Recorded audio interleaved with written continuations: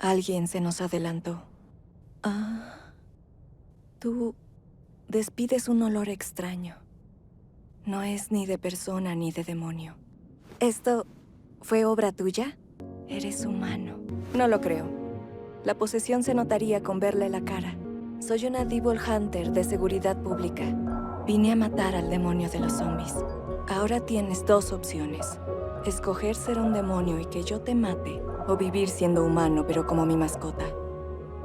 Elige la segunda, y no te faltará comida. Pan de molde con mantequilla y mermelada, ensalada, café y también un postre. Creo. ¿Mm?